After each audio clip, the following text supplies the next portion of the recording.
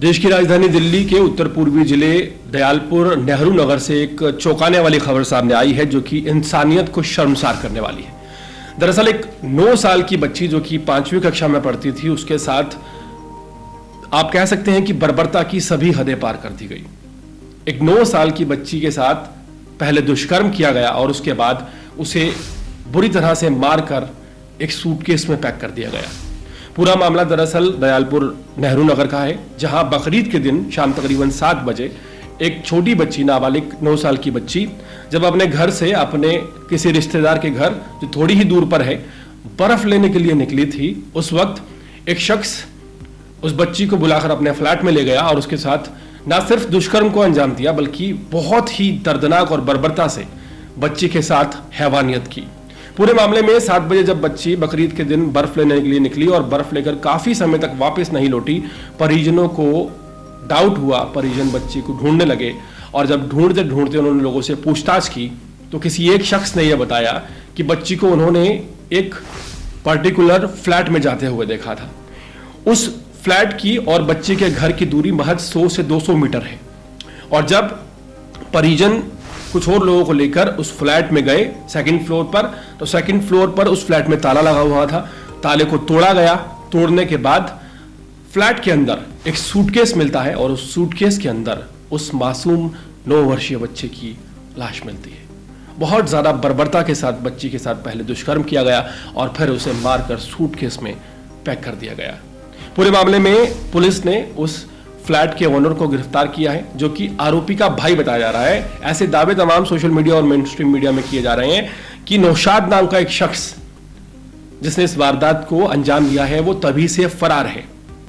पूरे मामले में यह कहा जा रहा है कि नौशाद ने न सिर्फ इस जघन्य वारदात को अंजाम दिया बल्कि इस पूरी वारदात को करने के बाद वो इस सूटकेस को ठिकाने लगाना चाहता था, लेकिन बच्ची के परिजनों ने समय रहते उसे ढूंढना शुरू कर दिया और जब वो ढूंढते ढूंढते किसी ने यह बताया कि बच्ची को उन्होंने इस फ्लैट में जाते हुए देखा था। फ्लैट में छानबीन की गई, बच्ची की न सिर्फ वहां लाश बरामद हुई, एक घिनौना चेहरा भी समाज का सामने आया। पूरे मामले में राजधानी दिल्ली में दिल्ली पुलिस ने 6 टीमों का गठन किया है और दिल्ली पुलिस उत्तर पूर्वी जिले के कई इलाकों में, मेरठ में और उत्तर प्रदेश के कई इलाकों में लगातार रेड कर रही है, आरोपी को पकड़ने की कोशिश कर रही है।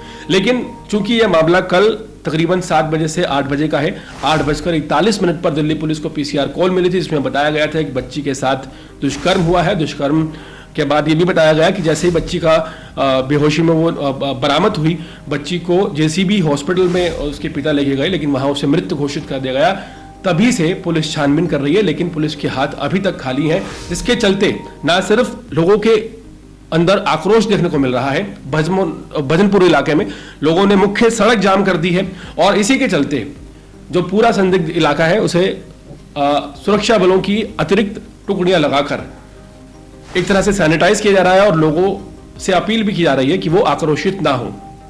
पूरे मामले में जहां एक तरफ स्थानीय लोगों का गुस्सा काफी ज्यादा देखने को मिल रहा है और लोग ये डिमांड कर रहे हैं कि ऐसे शख्स का या तो एनकाउंटर कर दिया जाए या फिर चौराहे पर उसे फांसी दे दी जानी चाहिए।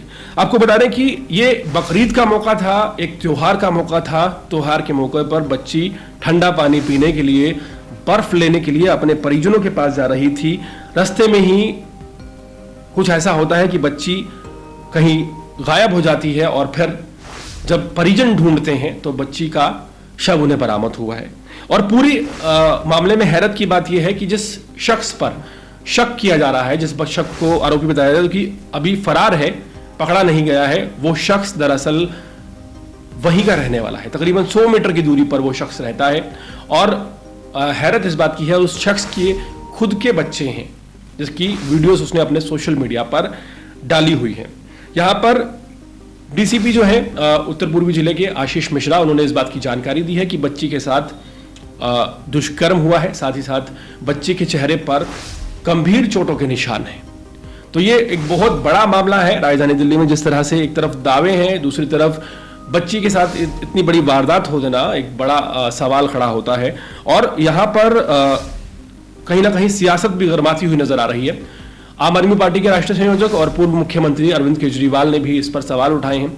उन्होंने रेखा गुप्ता को टैग करते हुए लिखा कि 4 इंजन की सरकार राजधानी दिल्ली में है, लेकिन बहनों की और बेटियों की सुरक्षा नहीं हो पा रही है। बीजेपी को उन्होंने पूरी तरह से फेल बताया और इस तरह के तमाम पोस्ट उन्होंने किए। राजधानी दिल्ली के दयालपुर नेहरू नगर इलाके में लोगों में बहुत ज़्यादा आक्रोश देखने को मिल रहा है। जो जघन्यता एक बच्ची के साथ की गई है, वाकई ये दिल दहलाने वाली है। और भी ज़्यादा हैरानी की बात यह है कि नौशाद नाम का एक शख्स, जो कि एक त्योहार के दिन पर इतनी जघन्य वारदात को अंजाम जिसने दिया है, वो अभी तक पुलिस की गिरफ्त से बाहर है। और पूरे मामले में दिल्ली पुलिस तत्परता से कार्रवाई करने में हालांकि लगी हुई है। 6 टीमें लगाई गई हैं और 6 टीमें लगातार उत्तर पूर्वी जिले से लेकर उत्तर प्रदेश के कई इलाकों में दबिश दे रही हैं। उस शख्स को पकड़ने की पुरजोर कोशिश की जा रही है। ये तस्वीरें सामने आई हैं। लोगों से भी अपील की जा रही है, अगर ये शख्स कहीं नजर आता है तो इसकी इंफॉर्मेशन दी जाए। हाल फिलहाल एक बार फिर से सवाल खड़े हो गए हैं कि देश की राजधानी में अगर बच्चियां सुरक्षित नहीं हैं तो फिर क्या उम्मीद की जा सकती है। इन बच्चियों की सुरक्षा के लिए क्या ऐसी व्यवस्था की जाए।